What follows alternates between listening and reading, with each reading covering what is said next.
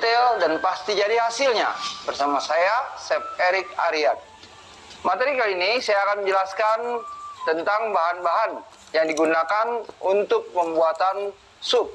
Seperti yang sudah saya jelaskan sebelumnya, klasifikasi sup terbagi menjadi dua, yaitu clear soup dan juga thick soup.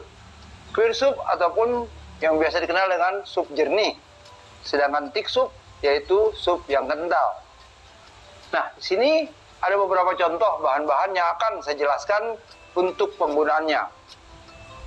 Nah, di sini saya sudah ada bahan-bahan dasar untuk membuat sup. Namun, sebelum kita membuat sup, kita harus membuat kaldunya terlebih dahulu. Di mana kaldu membutuhkan bahan untuk pembuatan, yaitu mirepoix dan juga bouquet garni. Bagi industri kuliner, khususnya western food, istilah mirepoix dan juga bouquet garni sering digunakan karena mirepoix adalah dasar untuk membuat kaldu, agar kaldu memiliki cita rasa yang spesial. Mirepoix adalah bahan dasar membuat kaldu untuk menciptakan cita rasa yang spesial. Campuran bahan yang terdapat di dalam mirepoix adalah bawang bombay, kemudian wortel,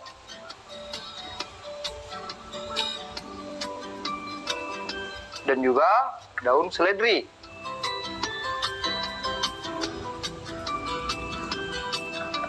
Sementara bouquet garni adalah sebutan untuk beberapa bumbu yang diikat menjadi satu untuk menambah cita rasa kaldu.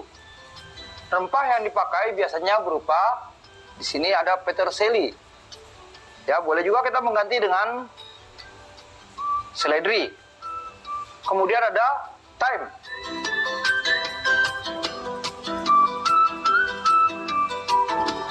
Kemudian ada rosemary. Boleh juga kita menambahkan di sini bay leaf. Juga penambahan boleh kita tambahkan di sini lada hitam. Selanjutnya kita boleh tambahkan juga cengkeh. Nah, untuk kaldu Indonesian food biasanya kita menggunakan di sini bawang putih. Kemudian juga kita menggunakan daun bawang. Selanjutnya daun seledri. Kemudian juga kita biasanya menambahkan di sini tomat.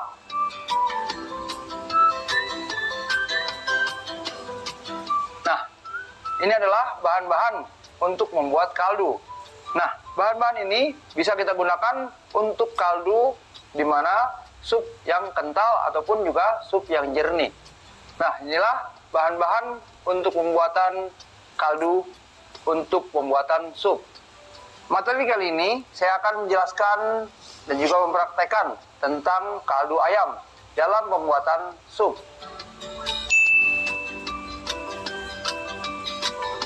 Nah, untuk membuat kaldu ayam, di mana di sini saya sudah mempersiapkan bahan-bahan.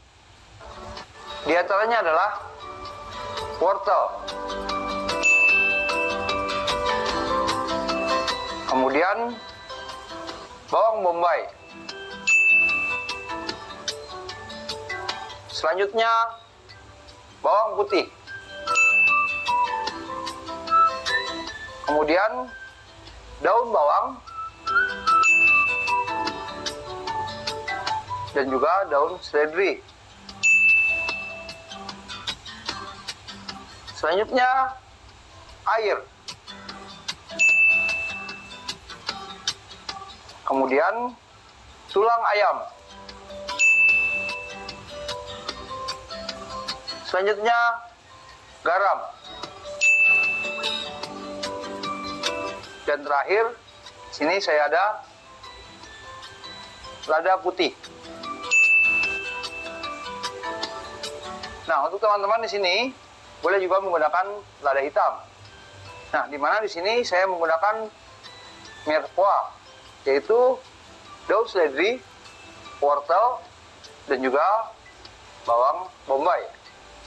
Kemudian dengan penambahan di sini tulang ayam, kemudian garam, lada, dan juga bawang putih. Nah, itulah bahan-bahan yang saya gunakan untuk pembuatan kaldu ayam dalam pembuatan sup.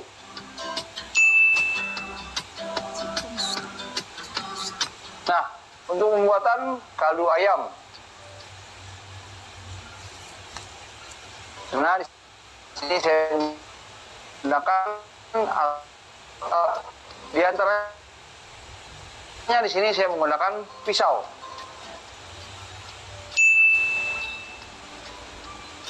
Pisau di sini saya gunakan untuk memotong. Kompor di sini saya gunakan untuk memasak. Selanjutnya, saya juga menggunakan stock pot ataupun panci. Nah, panci di sini saya gunakan pada saat pembuatan kaldu nantinya. Nah, itulah alat-alat yang saya gunakan untuk pembuatan kaldu ayam dalam pembuatan sup.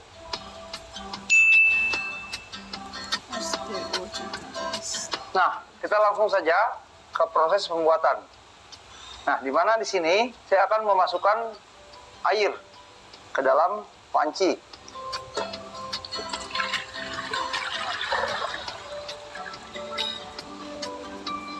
Nah, air di sini kita bisa sesuaikan dengan kebutuhan.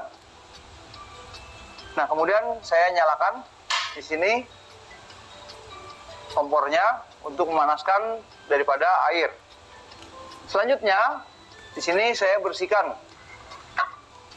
Ya, saya bersihkan dahulu ya. Untuk daun seledri ini boleh juga kita tidak bersihkan. Ya, apabila memang akarnya sudah bersih. Ya. Ini saya bersihkan terlebih dahulu ya.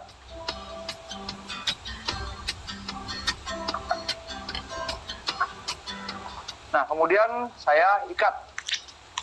Ya, saya ikat seperti ini. Nah, saya ikat seperti ini, ya. Ini agar memudahkan kita dalam proses perebusan, ya, ataupun pembuatan. Ya. Ini tidak masalah, apabila tidak ikat tidak masalah. Ya. Ini saya masukkan saja, ya, langsung. Kemudian saya masukkan juga tulang ayam yang akan saya rebus. Ya, di sini pastikan tulang juga kita sesuaikan. Nah, kemudian wortel, ya, boleh kita bagi dua, ya, untuk wortel. Kemudian, ya, boleh juga utuh seperti ini. Ya, kemudian untuk bawang bombay, ini kita buang saja, ya, bagian kulit luar, ya.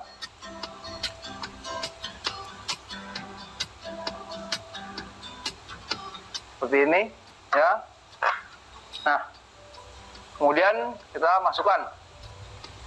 Kemudian untuk bawang putih, ini boleh kita hanya keprek, ya, seperti ini, ya. Ini kita buang kulitnya, ya, agar kaldu kita bersih, ya. Kemudian satunya lagi. Ya, ini kita sesuaikan dengan kebutuhan. Ya, apabila teman-teman ingin lebih banyak, ini boleh dikalikan resep yang saya berikan ini. Ya, nah, kemudian garam kita masukkan saja. Nah, kemudian lada, saya masukkan lada. Nah, kemudian kita tunggu sampai mendidih. Nah, di sini akan saya aduk, ya, agar kaldu yang kita buat ini juga matang dengan sempurna. Nah, perlu saya informasikan di sini, untuk tulang ayam ini boleh kita menggunakan juga bagian daging, dan juga boleh kita gunakan hanya tulang, ya, dimana kaldu ini tidak memerlukan daging. Apabila teman-teman ingin hanya tulang, ini juga bagus. Nah, untuk teman-teman di sini mungkin ingin juga ayamnya digunakan untuk keperluan lain. Ini juga boleh kita gunakan ayam yang ada dagingnya. Kemudian kita angkat, kemudian daging kita bisa gunakan. Nah, untuk perebusan ini tidak usah menunggu harus mendidih terlebih dahulu, tidak masalah. Ya, karena proses ini juga kita rebus sampai air ini reduce ataupun dia berkurang. Nah, untuk seorang supi ataupun membuat sup, ini harus mengetahui dasar-dasar kaldu, ya, seperti kaldu ayam, kaldu sapi, kaldu ikan, dan kaldu lainnya. Ya, dimana di sini adalah yang saya gunakan adalah kaldu ayam. Nah, dimana seorang supi ini juga harus mengerti untuk mematangkan sup dan juga menyimpan sup. Ya, pada saat kita sudah buat ya kaldunya, terus kemudian kita mau simpan kaldu ini, seorang supi harus mengetahui di mana harus disimpan kaldu ini dengan baik. Nah, untuk pembuatan kaldu ayam ini maksimal hanya 45 menit. Ya, ataupun minimal ini kurang lebih 25 menit. Tergantung daripada api yang kita gunakan dan juga banyaknya yang kita buat. Nah, seorang supi ini juga harus mengerti apabila membuat dalam volume yang besar. Seperti untuk ukuran 25 liter ataupun untuk ukuran 100 liter dan seterusnya. Jadi seorang supi ini harus memperkirakan berapa lama waktu pembuatan dan juga persiapan. Nah, sekarang kita tunggu kaldu ini sampai siap untuk digunakan. Nah, setelah kita masak selama kurang lebih 30 menit. Dimana di sini kita bisa lihat ya, kaldu yang kita gunakan di sini sudah siap untuk kita angkat ya. Nah, dimana di sini kita bisa lihat daripada daun-daun yang sudah kita rebus. Ini juga sudah terlihat matang. Nah, ciri untuk mengetahui daripada kaldu kita siap untuk kita angkat, ini kita bisa lihat dari daun-daun yang kita gunakan.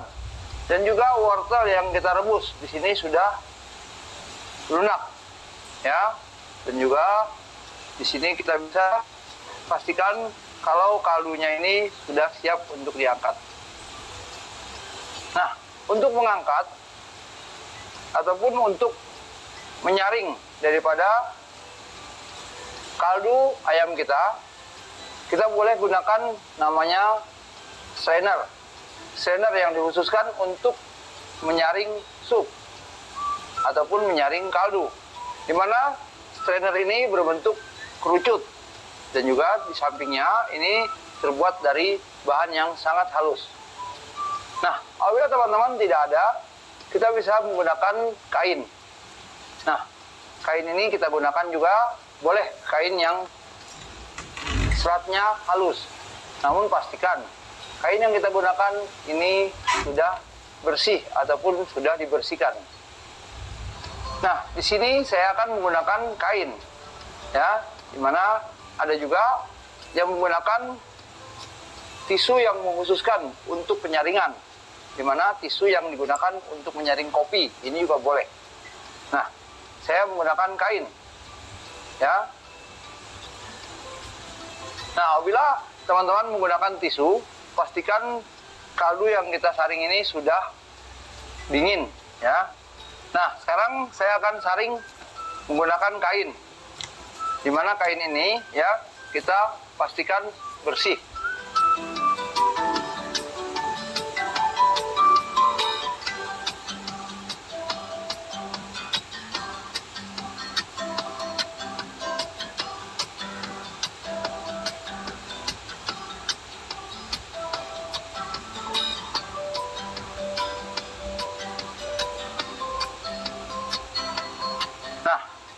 Ini kita ya saring semua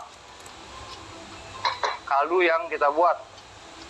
Nah, fungsinya disaring di sini adalah untuk buat ataupun mendapatkan kaldu yang jernih.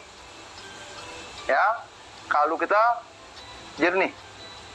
Ya, nah seperti ini. Apabila kita tidak saring, kaldu kita ini banyak sekali kotoran. Ya. Nah, di sini kaldunya kita mendapatkan kaldu yang jernih. Ini adalah fungsi daripada kita saring. Saya akan angkat ini, ya.